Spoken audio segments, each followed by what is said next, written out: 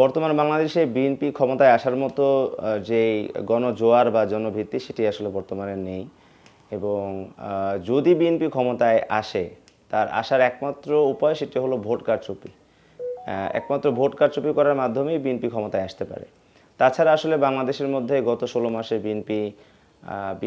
বিএনপিকে মানুষ কেন ভোট দিবে, এই কোনো কারণ কিন্তু বিএনপি এখন পর্যন্ত তৈরি করতে পারেনি। বিএনপি ওই বিএনপির যে ইতিহাস আছে, শহীদ প্রেসিডেন্ট জিয়াউর রহমানের যে অর্জন, বেগম খালেদা জিয়ার যে অর্জন, এই দুইজনের অর্জন ব্যতীত আসলে বিএনপিকে ভোট দেওয়ার মতো কোনো কারণ আসলে এখন পর্যন্ত আসলে বাংলাদেশের জনগণ দেখতে পাচ্ছে না। তো বিএনপি যদি ক্ষমতায় আসে, তাহলে আমরা দেখতে পাবো যে বাংলাদেশের মধ্যে যেই জায়গাগুলোতে আগে আওয়ামী লীগ চাঁদাবাজি করতো, সেখানে বিএনপি চাঁদাবাজি করবে। যেখানে আগে আওয়ামী লীগের সন্ত্রাসবাদ কায়েম হয়েছে, সেই জায়গাগুলোতে বিএনপি সন্ত্রাসবাদ কায়েম হবে। এবং আওয়ামী লীগ যে ক্যাডারভিত্তিক যে রাজনীতি করে গিয়েছিল, সেই ক্যাডারভিত্তিক রাজনীতি আমরা বিএনপিতেও দেখতে পাবো। এবং বর্তমান সময়ে আমরা ভোট চাওয়ার ক্ষেত্রে একটা উদ্বেগের বিষয় লক্ষ্য করেছি। সেটা হলো যে বিএনপির বিভিন্ন সভা এবং সমাবেশে ধানের শীষে ভোট চাওয়া হচ্ছে জয় বাংলা স্লোগান দিয়ে। অর্থাৎ আওয়ামী লীগের যে ব্লক আছে, তারা কিন্তু বর্তমানে বিএনপিকে সমর্থন দিচ্ছে। এবং বিএনপি সভা সমাবেশে তারা জয় বাংলা স্লোগান দিয়ে বলতেছে যে আমরা আওয়ামী লীগের লোক, কিন্তু আমরা চাই যে ধানের শীষ এবার নির্বাচনে জয়লাভ করে আসুক। অর্থাৎ এটি জাতির সামনে স্পষ্ট হয়ে গেছে যে বিএনপি আওয়ামী লীগের সাথে ভোট ব্যাংকের একটা নেগোসিয়েশন করে ফেলেছে। এবং সেই কারণে কিন্তু প্রতিটা জায়গাতে আমরা পতিত আওয়ামী লীগের যারা দোসর বা আওয়ামী লীগ যারা করেছে স্থানীয় পর্যায়ে, তারা কিন্তু বর্তমানে বিএনপির সাথে কাজ করছে। তো এটি একটু উদ্বেগের বিষয় যে যদি ক্ষমতায় বিএনপি যায়, তাহলে বিএনপিতে আওয়ামী লীগ মিশে যাবে, বা আওয়ামী লীগের যারা নেতাকর্মী যারা স্থানীয় পর্যায়ে রাজনীতিটা করে এসেছে এতদিন পর্যন্ত, তারা পরবর্তীতে বিএনপির সাথে গিয়ে তারা রাজনীতিটা করবে। এবং বিএনপি অলরেডি তাদেরকে তাদের পার্টিতে ইনক্লুড করা বা বিভিন্নভাবে ভোট কেন্দ্রিক বা নির্বাচন কেন্দ্রিক বিভিন্ন কাজে তারা সম্পৃক্ত করে ফেলেছে।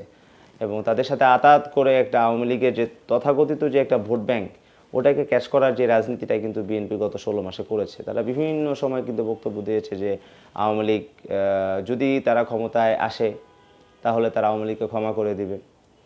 যদি তারা ক্ষমতায় আসে, তাহলে আওয়ামী লীগের কোনো ক্ষতি করবে না, কোনো মামলা দিবে না, কোনো হামলা করবে না। তাদের ঘর বাড়ি সম্পদ সকল কিছু দায়িত্ব তারা নিয়েছে।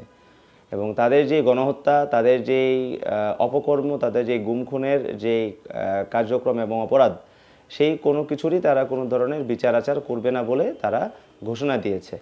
তো এখন বিএনপি যদি ক্ষমতায় আসে, তাহলে ওই আওয়ামী লীগের আর সেই ধরনের যে একটা হ্যাসেল বা যেই ধকলটা আওয়ামী লীগ মূলত মনে করেছিল যে তাদের হয়তো পোহাতে হবে, সেটা তাদেরকে পোহাতে হবে না।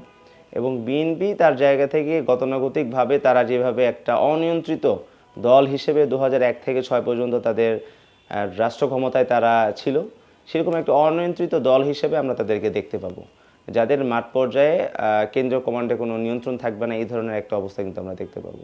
তো আমরা মনে করি যে বিএনপি যদি ক্ষমতায় আসে, তাহলে আমরা মনে করি না কোনো একটা দল ক্ষমতায় আসবে। আমরা মনে করি যে একটা লুটেরা গোষ্ঠী, একটা বর্জুয়া গোষ্ঠী, যারা কিনা আসলে রাজনীতিটা করতে চায় ব্যবসায়িক স্বার্থে, যারা রাজনীতিটা করতে চায় তাদের ব্যক্তি স্বার্থে, দেশের স্বার্থ নয়, এই ধরনের একটা লুটেরা গোষ্ঠীর রাজনীতিটাকে আমরা এই জায়গাতে দেখতে পাবো, যেখানে আসলে দেশের যে স্বার্থ, সেই স্বার্থটা বিপন্ন হওয়ার একটা বড় ঝুঁকি কিন্তু তখন থাকবে। বিএনপি যদি ক্ষমতায় আসে, বর্তমানে বিএনপি ক্ষমতায় না এসেই আমরা দেখতে পাচ্ছি যে গত 16 মাসে প্রায় 200-র অধিক তাদের দলের যারা নেতাকর্মী যারা আছে, তাদেরকে হত্যা করা হয়েছে, খুন করা হয়েছে। আহতর সংখ্যা প্রায় হাজার হাজার।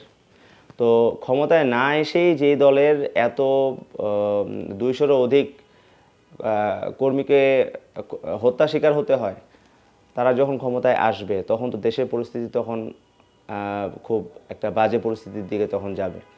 তখন আসলে বাংলাদেশের আইনশৃঙ্খলা পরিস্থিতির যে অবনতি হবে, এটা আমরা এখনই আন্দাজ করতে পারছি যে তখনকার যে আইনশৃঙ্খলার পরিস্থিতির অবনতি হবে, সেটাকে নিয়ন্ত্রণ করার মতো যেই ধরনের নিয়ন্ত্রণ, এই নিয়ন্ত্রণটা আসলে তারেক রহমানের হাতে নেই, বা বিএনপির যে হাইকমান্ড আছে তাদের কাছে আসলে নেই। তো বিএনপি যদি ক্ষমতায় আসে, তাহলে সেই ক্ষেত্রে আমরা মনে করি যে বাংলাদেশের আইন শৃঙ্খলা পরিস্থিতির চরম অবনতি হওয়ার একটা আশঙ্কা থাকবে।